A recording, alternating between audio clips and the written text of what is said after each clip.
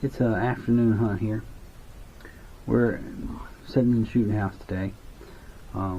We've hunted the shooting house one other time this hunting season, but we have got several scrapes right here, so that's why we came back to this. And the wind is a pretty good wind. It would probably have been a pretty good wind to hunt out of a tree stand today, but we have 3 scrapes right here within 40 yards of this shooting house. So I got one here at 25, another a great big scrape at 30, and then another one about 40 yards away. This is where I decided I want to come this evening. So hopefully we'll find a buck. We got pictures of bucks working scrapes. They're really starting to move. The bucks are now, but they're moving right at dark and right at light. So, but we do have some pictures of bucks working scrapes in the middle of the day. So maybe one will show up. We'll just have to sit here and wait and see. Alright, so we got a big scrape right here. That's about 30 yards. We have another scrape right here, and that's 25 yards or so. And then right down here, this kind of opening right down there, at about 40 yards, there is another scrape. That's why we're sitting here today. We're hunting these scrapes. See if these bucks will come back and check them this afternoon. They haven't been checked today because they have fresh leaves that fallen in them. But it looks like they were checked yesterday. So hopefully they'll come back and check them today. It's been a good many years since I've taken a deer with a crossbow out of this particular shooting house. The shooting house was actually made for shooting. When it was originally built, its intention was for muzzleloader hunting. That's what it was built for. It was built 14 years, 15 years ago. It was, and it originally was in a whole different place. It was on an oak hill where I just recently put another shooting house back. But we had a big storm come through, and a tree fell on the legs of this shooting house, and it knocked it down. And so we set it back up on the ground on blocks, trying to decide whether we were going to put it back up or whether we were going to rebuild it or what we were going to do. And a daggone bear busted all the windows out of it. And so we decided to bring it back to the farm. It was in a piece of land that doesn't actually touch the main part of the place here anyway. And we decided to bring it back here and rebuild it, and we put it here. And then I put another shooting house over at the other spot.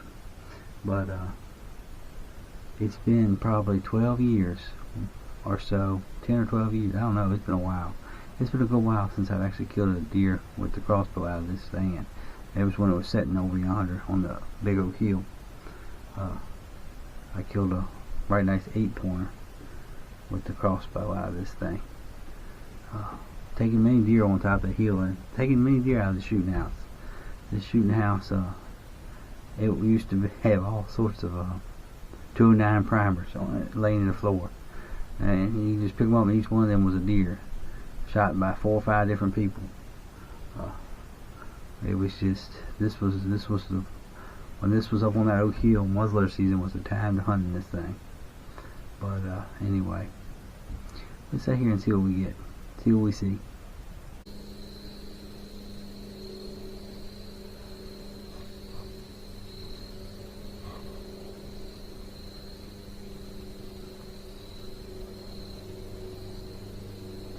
We've made it to dinner time, so I'm going to eat my dinner, and after that I'm going to continue to sit here and guard these scrapes and hope that a buck shows up this afternoon.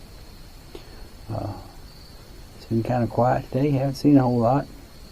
Saw a doe and two little ones earlier. They were up and they were too far to get on camera, but they were too far to get a shot at too. So, but we're gonna sit here and guard these creeks until dark and hope that something shows up. We're gonna take a few minutes to eat our dinner here now. So if something exciting happens, hopefully we'll be able to show you. Alright, so at this point I've seen the buck. He's come up from the downwind side of me, which means I had no cameras pointing downwind. So I got no footage of him until I actually shoot. And he's been feeding on acorns. He feeds on the acorns till he gets to within about 10 yards of the shooting house, and he's headed towards the scrapes.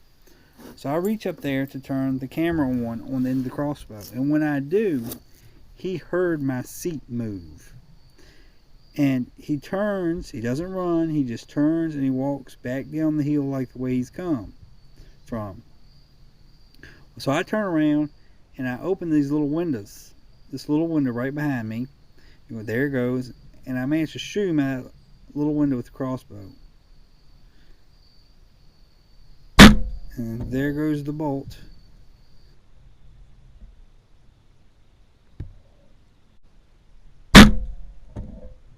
Well, I just shot a big body buck.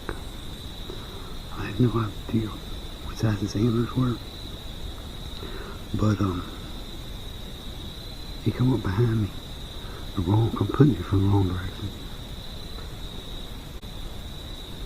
We'll sit here and wait for a little while. It's going to be dark soon. We won't have any filming light to recover this deer. We're going to recover it in the dark. Alright. Here he is. He's going up through here.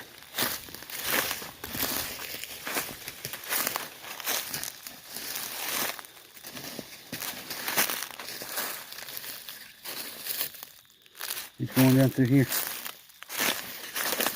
Here he goes. Here he goes. Here he goes. Right here. Right here. Right here. There you go.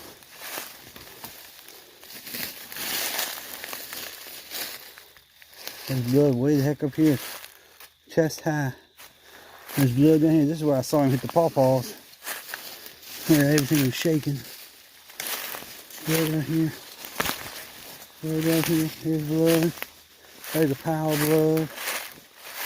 There's blood all up on the trees right there. Here we go, we're going. We're going. It's going right here. Here we go right here. Oh, here's a bunch of blood right here. Here's a bunch of blood right here. He ain't gonna go too much further, I don't think.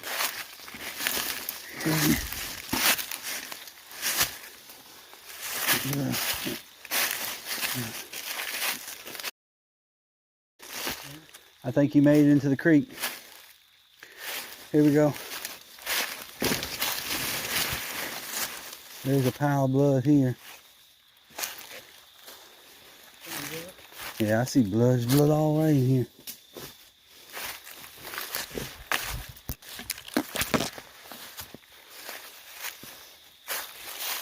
But he made it into the creek though.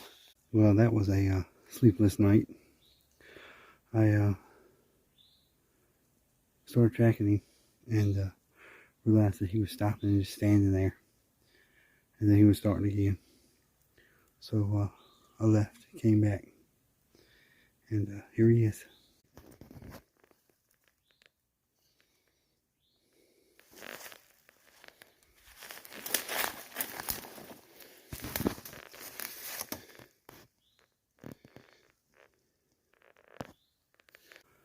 He's an old buck, I expect. He's a great big body deer. His rack doesn't reflect his body. His rack isn't as big as I thought it was yesterday. But I knew he was a big body deer. He's an old gray-faced deer. Even the hair, the brown hair between his horns is turning gray. He's been around a while. He's got huge bases on him compared to the rest of his horns. I mean, he's an old fella. He's old and tired. So now I gotta get him out of here. And it's a ways to back to the road where I can get the truck to him.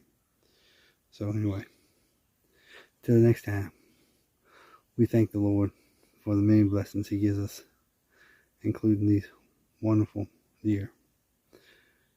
Y'all stay safe in the deer woods, and God bless.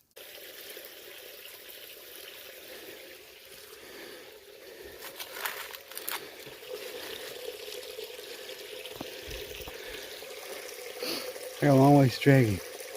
I got him field dressed, and at least it's all downhill. Truck is parked at the end. It's parked at the big creek. This little creek runs into the big creek.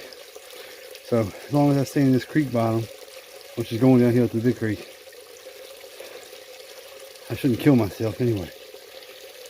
Dragging this dude.